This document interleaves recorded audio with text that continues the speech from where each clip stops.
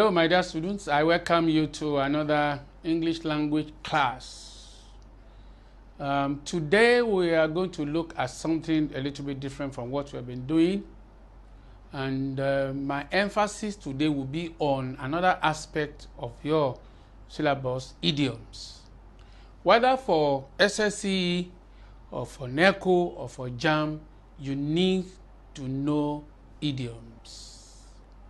It's very important. You have 10 questions on it. Now, what do we actually mean by idiom?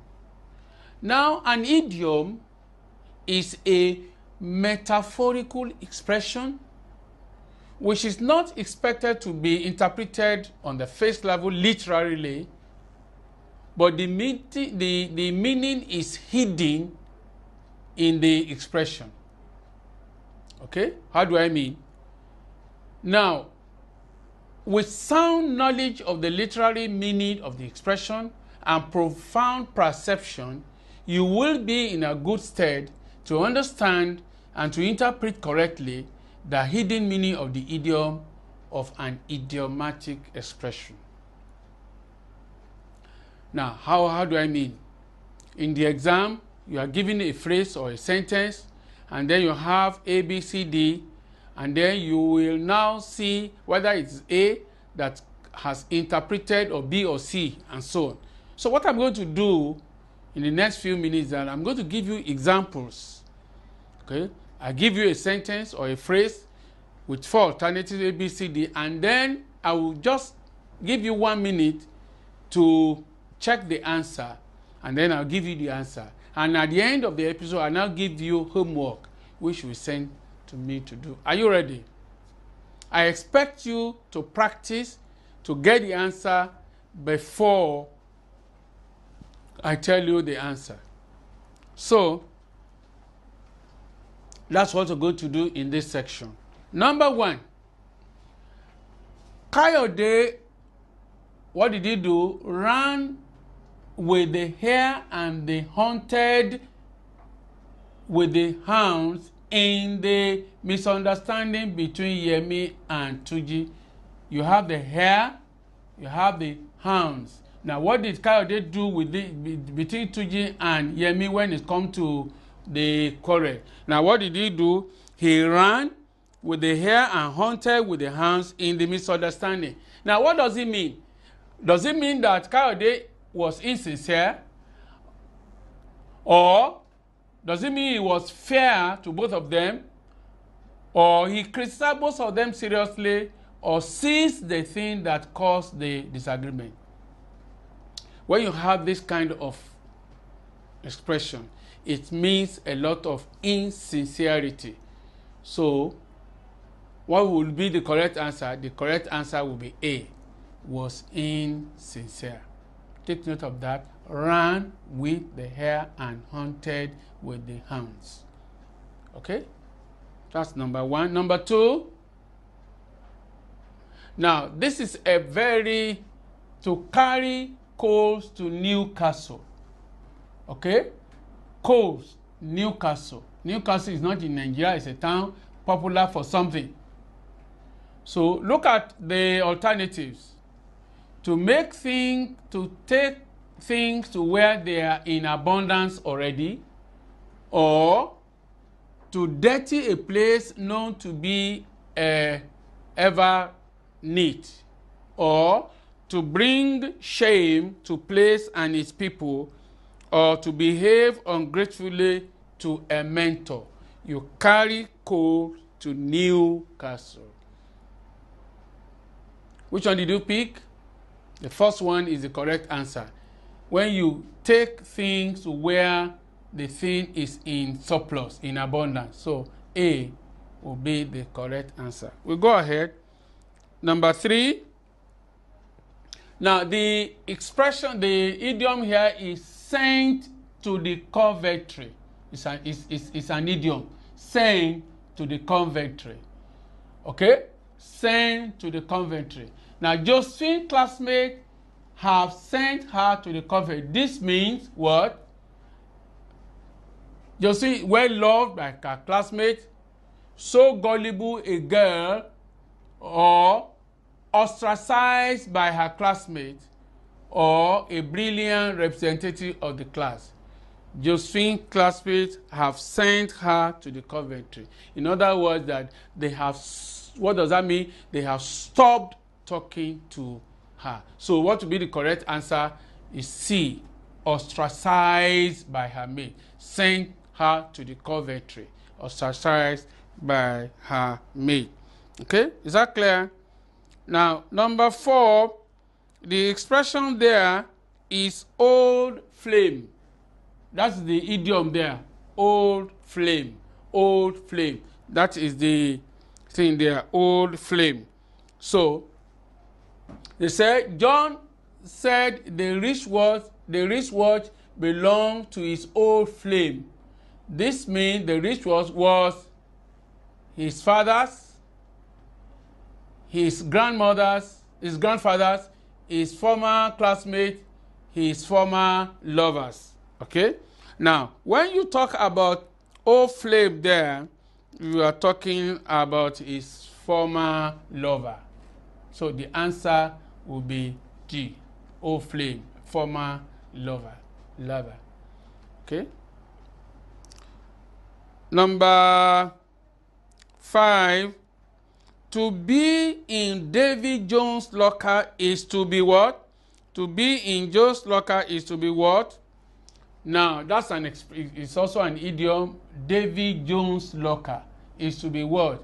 Very secretive, drowned at sea, detailed and meticulous, very wealthy.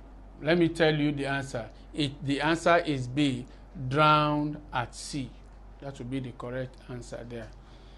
Number 6, the boy always locks the stable down after the horse has bolted. I like that. The boy always locks the boy always locks the stable door after the horse has bolted. Look at that meaning. Look at it. You could guess the meaning. He always acts late. He always takes right action. He always gives freedom to others. He always depends on luck. Now look at it. If I were you, you'll be able to pick the answer. He always locks the stable door after the horse has bolted. After. So what does that mean? He is always acting late. So the answer is A there. Am I communicating? Okay, number 7 now. My brother left me in the lurch. Yes, my brother left me in the lurch last year. My brother left me in the lurch last year means he made me learn my lesson in a hard way, did not wait for me before he took an important decision, forsook me in the time of problem, and then set a trap for me. Look at that. The expression, the idiom is left me in the lurch. Left me in the lurch. And the correct answer is forsook me when I had problem. Is that clear? Okay. Number 8 now. Number 8. The expression there is fat in the fire. Fat in the fire. The situation between the two countries at the moment indicates that the fat is in the fire. The situation between the two countries at the moment indicates that the fat is in the fire. The fat is in the fire. The fat is in the fire. The correct answer is that the trouble is so imminent. That's the correct answer for number 8. Okay, number 9. Ayo is a person who talks I like that. Who talks 19 to the dozen. 19 to the dozen. He talks 19 to the dozen. What does that mean? It means, does he talk nervously, politely, senselessly, or continuously? And the correct answer there is that he talks continuously. Now, take note of that. Talks 19:2. We advise a highly educated boy to put his pride in his pocket. To put his pride in his pocket. Now, look at this. To behave simply and ordinarily, or to speak simple and understandable words, or to wear traditional dress, or not to speak at the meeting. Okay? Look at it. To put his pride in his pocket. So, very simple. When you put your pride in your pocket, you behave simply and ordinarily. Okay? Number 11. It is nice to sift the grain from the grass. What does that mean? When you sift the grain from the grass, the correct answer is that when you separate the good from the bad. When you separate the good from the bad. Number 12. Ebuka was obviously born in the purple. Ebuka was born in the purple. It means he was born in the purple. It means he was born into a royal family.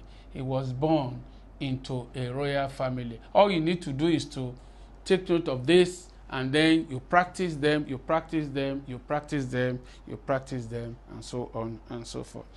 Number 13. Do you know who got girl into trouble? Do you know who got girl into trouble? Got girl into trouble there, it means who made her pregnant. That's what it means there. Number 14. Peter said he will get even with Joseph. Get even with Joseph. Get even with Joseph. What does that mean? When you get even with Joseph, what does it mean? Play a draw with Joseph. Have his revenge on Joseph. Give advice to Joseph in a similar manner, or take only even numbers from Joseph. The correct is B. Make his revenge. That is to get even with Joseph. That's what it means. Okay? Number 15. If you are advised to keep something for a rainy day, if you are advised to keep something for a rainy day, what does it mean? Very easy. If you are asked to keep something for a rainy day, you are asked to keep it for the day you will need it. B is the correct answer. Okay? Number 16. That's very simple. To make hay while the sun shines. To make hay while the sun shines is to make use of an opportunity promptly. I'm just giving you the correct answer. To make use of an opportunity promptly. Number 17. Number 17. To wish somebody Godspeed. To wish somebody Godspeed. If you are traveling and I say, I wish you Godspeed, wish the person speedy recovery from illness, wish the person high profit in his or her business, or wish the person protection in a journey. Don't let me waste your time. That is the correct answer. All you need to do is to study these ones and then make sure that you know them. Okay? Number 18. Now, straight from the shoulder. Straight from the shoulder, what does that mean? When Bellows' criticism of the biennial football competition was straight from the shoulder. Straight from the shoulder, what does it mean? He said he put it bluntly. Bellows' criticism of the biennial football competition was straight from the shoulder. This means that the criticism was what? Very blunt. Put bluntly. Okay? Number 19. To have the whole bag of tricks for something. To have a whole bag, it means A, have everything needed for it. Okay? Number 20. Tilt at windmills. Tilt at windmills. It means, number 2, fight imaginary enemies nowadays, you know. tilt at windmills. Okay, when you are fighting an imaginary enemy. Okay. Now, the next one, number 21. Your suggestions are on the tapis. Very easy. Your suggestions are on the parties. The correct answer there is that it is under consideration. Under consideration. Number 22. Felix is putting in Ngozi's hand. Felix is putting in Ngozi's hand. It means he is easily influenced by Ngozi. Easily influenced by Ngozi. That's the correct answer there.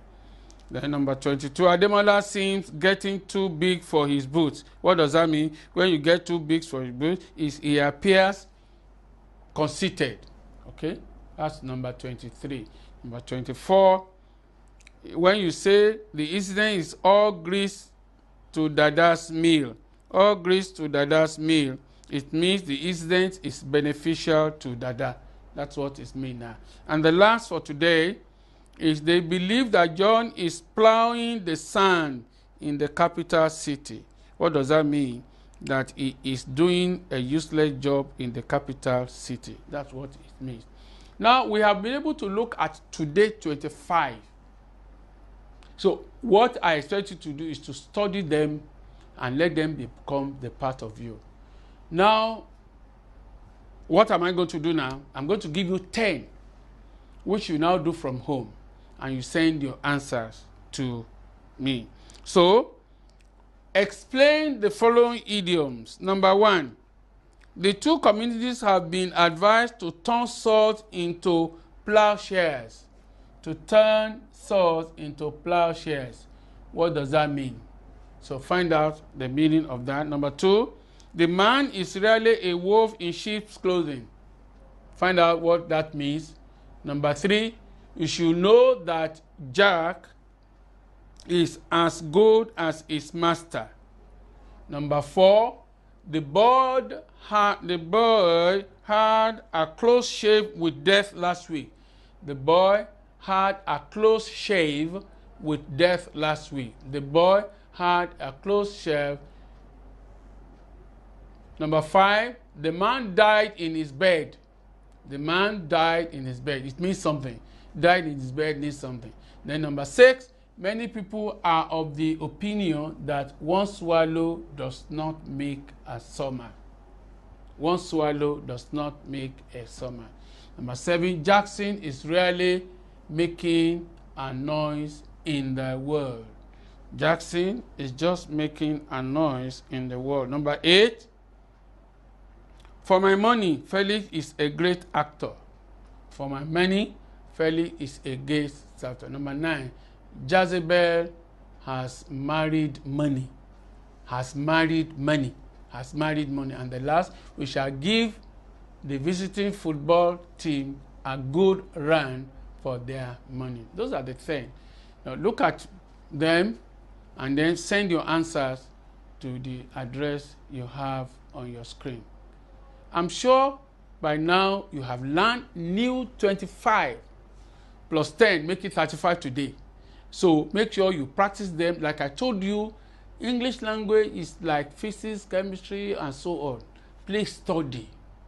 Make a timetable, and English must be there that you check your vocabulary, you check your tenses, and so on and so forth on a daily basis. Have a nice day.